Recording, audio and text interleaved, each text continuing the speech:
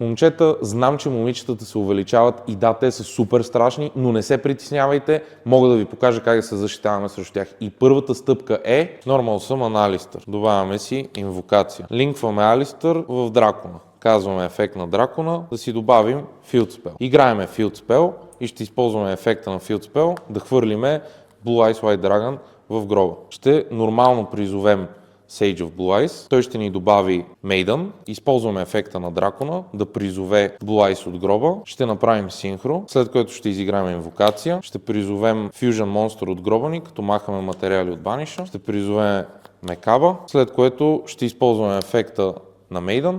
Maiden ще ни сложи плочката директно от тестето. Ще използваме ефект на плочката да ни сложи карта от тестето директно на полето. Ефект на инвокация да се сложи обратно в тестето, като ни върне Алистър, след което ще изиграеме картата, която сме седнали, ще дискарднем карта и ще си добавим един Light Tuner и карта, която меншвам от Blue Eyes. След което ще изиграем въпросната карта, тя ще ни призове Blue Eyes от тестето, ще използваме ефект на Maiden.